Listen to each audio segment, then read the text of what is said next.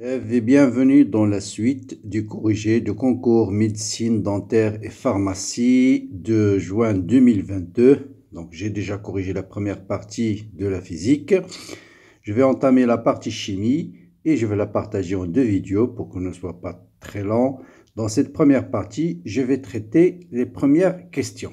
Donc, comme d'habitude, n'oubliez pas à vous abonner à la chaîne pour recevoir toutes les notifications et encourager aussi par ajouter des likes à ces vidéos-là. Bien, donc je rappelle juste pour les anciens bacheliers qui s'intéressent à la préparation du concours de médecine à distance, ils peuvent me contacter par mail. Bien, voilà le sujet. Bon, il faut dire que le sujet de chimie de l'année dernière n'est pas trop difficile. Toujours remarquez que chaque exercice possède une pondération différente. Par exemple, pour l'exercice 1 sur 6 points, il y a d'autres exercices sur 4 points, d'autres exercices sur 10 points. Donc, vous voyez, il faut faire attention à ça aussi. Bien, comme je disais, toujours dans le concours de médecine, le problème, c'est le temps. Hein? Ce n'est pas la difficulté. Donc, en lisant une seule fois l'énoncé, vous notez toutes les informations utiles. Donc, on verse un volume VB. Faites des schémas. Je fais un volume VB d'une solution d'hydroxyde de sodium. VB de OH-. De concentration CB égale à 10 mol par mètre cube. Par mètre cube. Notez bien les unités. On ajoute une quantité de méthanoate de méthyle égale à la quantité de matière NP. Voilà la formation importante. J'ai un mélange équimolaire. Donc la quantité de méthanoate, voilà l'hydroxyde, voilà le méthanoate de méthyle. Ils ont la même quantité de matière initiale. C'est un mélange équimolaire et on suppose que le volume n'a pas changé. On vous donne la courbe de la conductivité en fonction du temps en minutes. Et on vous donne l'expression de sigma. C'est moins 72 fois x plus 0,25. Là aussi, notez les unités. C'est Siemens par mètre. Bien. Question 41. Donc, je réponds question par question. On vous donne les conductivités ioniques molaires de Na+, OH-, H2CO. Voilà tous les ions qui se trouvent en solution. Bien sûr, vous avez aussi H3O+, mais comme les milieux est basique, on néglige la concentration de H3O+. Et on vous donne une idée pour faire les applications numériques. Je vous rappelle que la calculatrice est interdite. Quelle est la valeur de l'avancement maximal de la réaction? Voilà une question où il ne faut pas perdre, je dirais, 20 secondes. Donc, vous écrivez l'équation de la réaction. Ce qui est important, c'est un mélange équimolaire, même quantité de matière. Donc, à la fin, vous allez avoir N moins X final, N moins X final, X final, X final. Ce qu'on appelle X max, c'est lorsque l'un des réactifs va disparaître. Et puisque le même mélange équimolaire, donc X max est égal à NB qui est égal à NE. Donc ça, c'est N de la base qui est égal à N de l'ester. Donc, qu'est-ce qu'on connaît? On connaît la concentration de H-, on connaît le volume. Donc, X max est égal à CB fois V. Donc, est égal, donc CB, c'est 10 mol par mètre cube, multiplié par le volume qui est 2,10 moins 4 en mètre cube aussi, moins 4. Donc, ça me donne combien? Ça me donne 2,10 moins 3. Donc, 2,10 moins 3 mètres cubes. Voilà le volume. Et je reviens ici.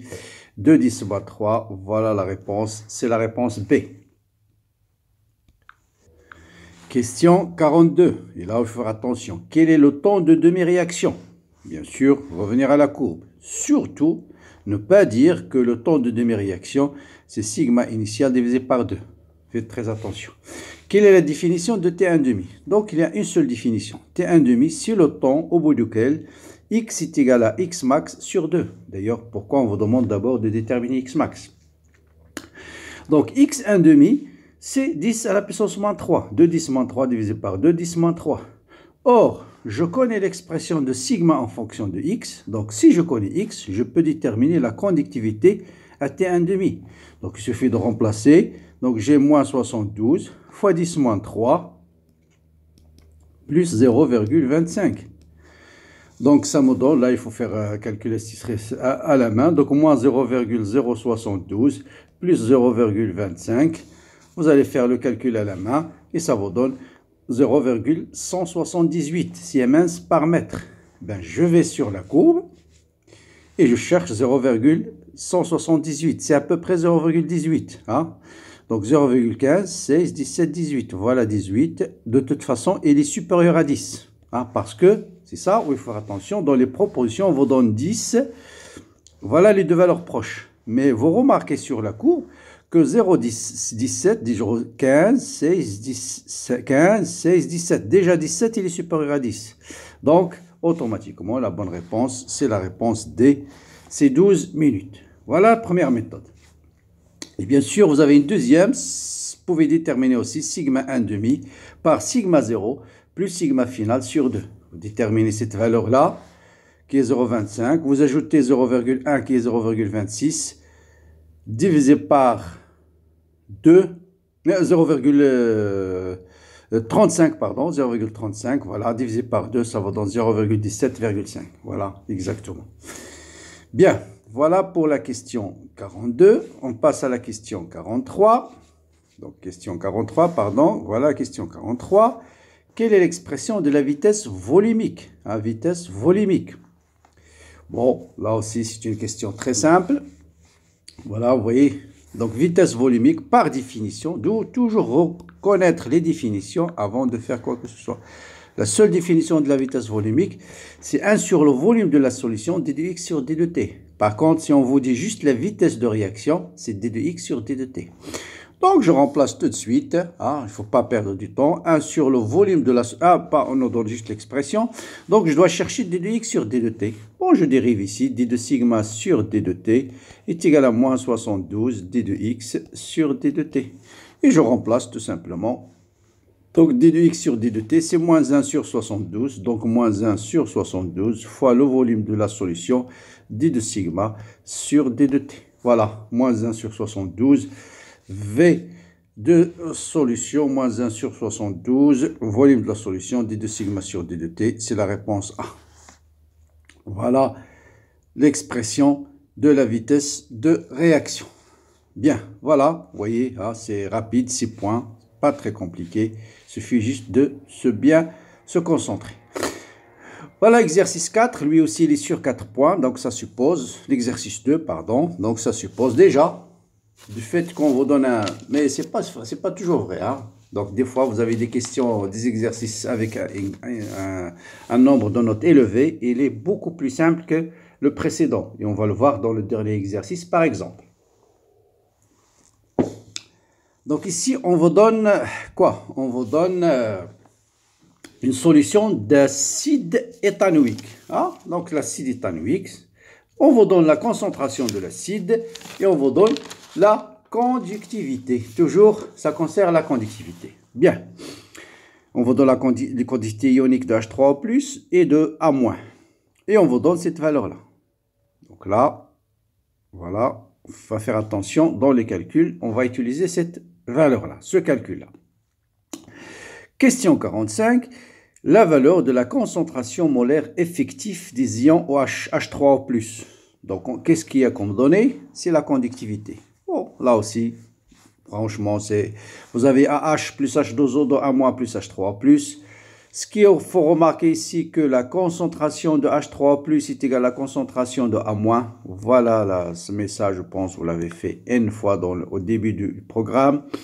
Donc, la conductivité, ce sera lambda A- plus lambda H3O+, fois la concentration de H3O+. Donc, je vais déterminer tout de suite. Donc là, il faut faire juste attention aux unités. Donc là, c'est en millisiemens par mètre. Et les conductivités ioniques aussi sont en millisiemens mètre carré. Donc, c'est la seule astuce ici. C'est que la concentration que vous allez trouver, ce sera en mol par mètre cube. En mol par mètre cube. Ça, c'est la seule chose qu'il faut noter. D'accord? Donc, si vous faites 52 divisé par 35 plus 4,1, ça vous donne 52 divisé par 391. Bien sûr, pas de calculatrice, mais on vous donne cette valeur. Elle est là. Donc, 52 divisé par 391, 0,133. Mais 0,133, donc il y a quelqu'un qui peut dire, bon, c'est 1,33 10 moins 1. Donc, heureusement, il n'est pas là. Donc 0,133, mais ça c'est en mol par mètre cube. Donc, il faut le transformer en mol par litre. Bien sûr, vous savez qu'un litre c'est 10 puissance 3. Un mètre cube c'est 10 puissance 3 litres. Donc, ça vous donne 1,33 10 moins 4. Donc 1,33 10 moins 4. Il est lourd. 1,33 10 moins 4. C'est la réponse D. Bien. Là, question aussi très simple. On dilue 10 fois la solution S pour obtenir une solution S1. On vous donne la valeur de pH. Donc, vous connaissez la concentration et vous connaissez le pH. Donc, toujours, je connais le pH et je connais la concentration. Quelle est la question? Le taux d'avancement. Ça aussi, vous l'avez certainement appris par cœur. Le taux d'avancement, c'est égal à quoi?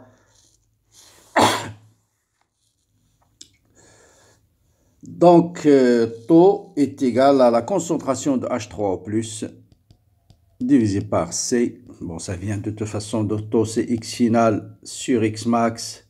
Vous divisez par le volume. X final sur le volume, c'est la concentration de H3O+. X max, c'est sur VCC.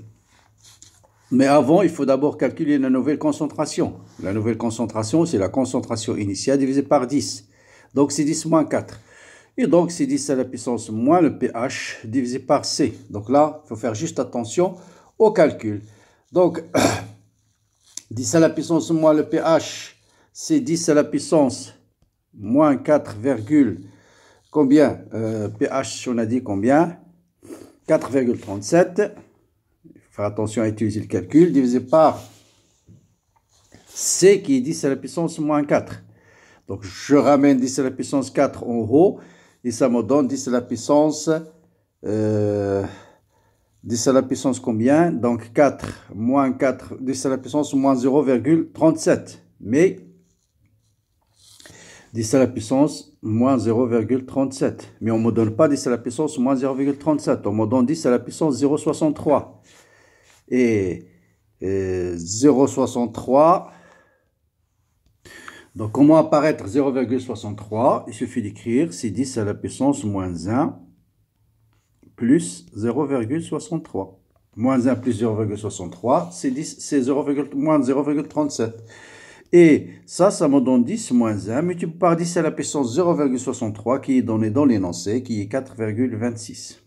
Donc, ça vous donne 0,426. Voilà, c'est la réponse E. 0,426.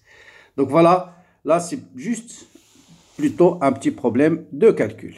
Bien, on passe maintenant à la question 47. C'est une solution aqueuse d'acide méthanoïque. Ah, c'est un acide carboxylique. Et là vraiment, ce sont des questions que vous avez vues beaucoup dans les devoirs surveillés de la première partie. Ceux qui se rappellent de la formule peuvent l'écrire directement, mais sinon, il faut mieux perdre de 30 secondes, 40 secondes pour trouver la solution. Bien. Une solution aqueuse d'acide méthanoïque de concentration C. On note Ka la constante, donc c'est tout simplement un acide AH A-, on peut le considérer comme ça, de constante d'acidité Ka. Et quelle est la relation entre le taux d'avancement pH et pKa? Donc déjà, si j'ai un acide pH pKa, il suffit tout de suite de penser à la relation pH égale à pKa plus log de la concentration de la base divisé par la concentration de l'acide. Et écrire rapidement le tableau d'avancement et déterminer c'est quoi la concentration de l'acide divisé par la concentration de la base en fonction de quoi? De taux. Donc j'ai la concentration de la base divisé par la concentration de l'acide est égal à quoi? Est égal à X final sur le volume, divisé par N0 moins X final sur le volume. Les volumes se simplifient. Donc, ça vous donne X final sur N0 moins X final. Bon, je fais l'inverse. AH divisé par A moins pour faire apparaître taux. Donc, je rappelle que taux, c'est X final sur N0. Hein. Donc, N0 sur X final, c'est 1 sur taux, moins 1. Donc, voilà. Donc, je vais réécrire pH moins pKa. Donc, pH moins pKa est égal à log de tout ça. Donc, je passe à 10 à la puissance pH moins pKa, ça donne concentration de A- divisé par AH. Ensuite, je fais l'inverse. Donc, 1 sur 10 à la puissance pH moins pKa, c'est 10 à la puissance pKa moins pH, égale AAH sur A-, c'est-à-dire 1 sur taux moins 1. Donc, 1 sur taux, c'est ça 1 plus, Et donc, taux est égal à 1. Donc, taux est égal à 1 divisé par 1 plus 10 à la puissance pKa moins le pH. Donc, pKa moins le pH. 1 plus pKa moins le pH, c'est la réponse C. pKa moins pH, c'est voilà, c'est la réponse C. Bien. Maintenant, on nous donne quelle est l'expression de la concentration C en fonction de pH, pKa. Or, moi, ce que je sais, d'habitude, c'est la relation entre C, le pH et taux. Donc, comme je connais taux, vous voyez, c'est des relations qui se lient. Donc, voilà la relation que vous connaissez par cœur. Taux, c'est 10 à la puissance moins pH fois C. Donc, je peux déduire tout de suite que C est égal à 10 à la puissance moins le pH divisé par taux. Or, je viens de déterminer 1 sur taux, il est là. Donc, c'est 1 plus 10 à la puissance, donc c'est 10 à la puissance moins pH, facteur de 1 plus 10 à la puissance quoi?